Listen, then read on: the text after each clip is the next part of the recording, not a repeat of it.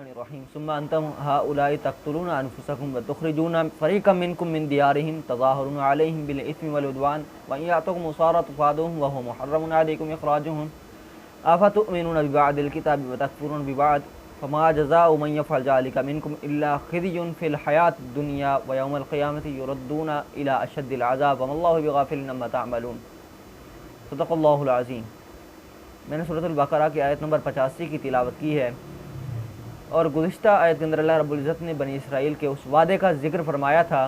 کہ جو بنی اسرائیل سے لیا گیا کہ وہ اللہ کے علاوہ کسی کی عبادت نہیں کریں گے، والدین کے ساتھ حسن سلوک کریں گے، اور قریبی رشتہ داروں کے ساتھ، یتیموں مسکینوں کے ساتھ اچھا رویہ اختیار کریں گے،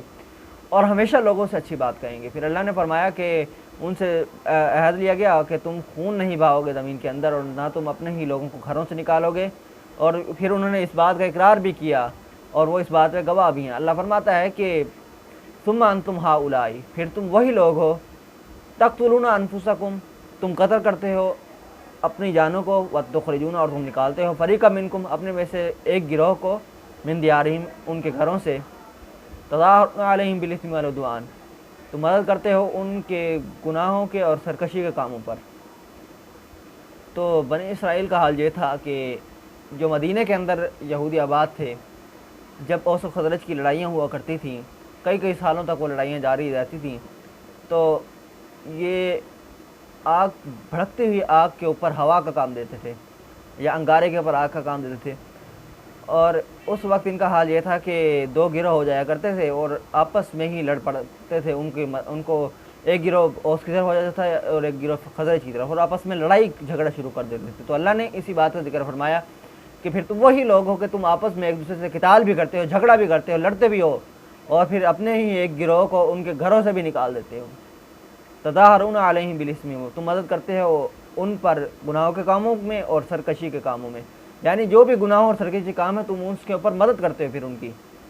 اور اللہ فرماتا ہے کہ وَإِن يَأْتُكُمْ أُسَارَىٰ، اور اگر وہ تمہارے پاس قیدی ہو کر آئیں تو فادوہم، تم فدیہ دیتے ہو ان کا،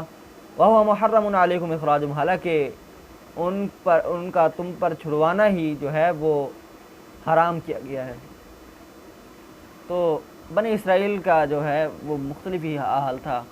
تو اللہ نے یہاں پر ذکر فرمایا کہ جب ان کے آپس میں جنگ ہوا کرتی تھی تو ظاہر ہے جو گروہ شکست کھا جاتا تھا تو وہ قیدی بھی ہو جاتے تھے، شکست خوردہ گروہ، تو اس شکست والے گروہ میں سے یہودی بھی موجود ہوتے تھے، تو دوسرے جو یہودی ہوتے تھے وہ ان کے معاوضے، ان کی فدیہ دے کر ان کو چھڑوایا کرتے تھے۔ تو اللہ نے فرمایا کہ حالانکہ تم پر تو ان کا نکالنا ہی حرام تھا کہ تم ان کو نکالتے ہی نہ، تو اب اللہ فرماتا ہے کہ افتؤمنون، تو کیا تم ایمان لاتے ہو ببعض الکتاب، اللہ کی بعض احکام پر، یعنی کتاب کے بعض حصے پر تم ایمان لاتے ہو، وتکفرون ببعض، اور تم بعض حصے کا انکار کرتے ہو، فما جزاء من یفعل ذلک، تو اللہ فرماتا ہے کہ تو اس کی کیا جزا ہوگی جو اس طرح کا کام کرے، منکم، تم میں سے، الا خزی فی الحیات دنیا، سوائے دنیاوی زندگی کے اندر رسوائی کے۔ تو دیکھیں اللہ نے فرمایا کہ یہودیوں کے لیے دنیاوی زندگی کے اندر رسوائی ہو، وہ کس طرح رسوائی ہوئی؟ تو یہ تو مدینہ کے اندر جو یہودی رہا کرتے تھے ان کی بات ہے۔ تو جب کہ بنی اسرائیل کی جو حال ہے وہ شروع سے اس طرح کا تھا، تو انہوں نے دنیا کے اندر رسوائی بھی اٹھائی اور ان کے اوپر ظلم بھی ہوئے، ان کو قیدی بھی بنا دیا گیا، اور مختلف قسم کے ان کے ساتھ کام پیش آئے۔ تو اللہ نے فرمایا کہ جو تم میں سے اس طرح کا کام کرے، اور اس کے لیے کیا سزا ہوگی؟ صرف یہی سزا ہوگی کہ وہ دنیاوی زندگی کے اندر رسوا ہوگا۔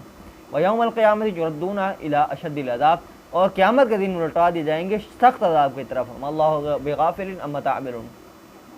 اللہ فرماتا ہے کہ اور اللہ تمہارے عملوں سے بے خبر نہیں۔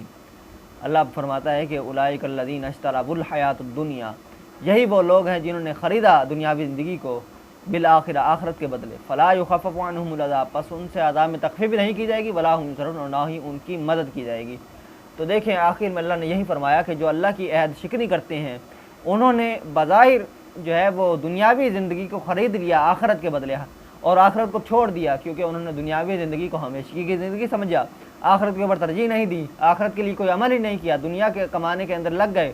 تو اللہ نے فرمایا کہ بس ان کے اوپر جو ہے وہ عذاب میں تخفیف نہیں کی جائے گی اور نہ ان کی مدد کی جائے گی۔ اللہ تبارک و تعالیٰ سے دعا ہے کہ اللہ تعالیٰ میرے چند کلمات اپنی بارگاہ میں قبول فرمائے اور ہم سب کو قرآن مجید پر عمل کرنے کی توفیق عطا فرمائے، آمین۔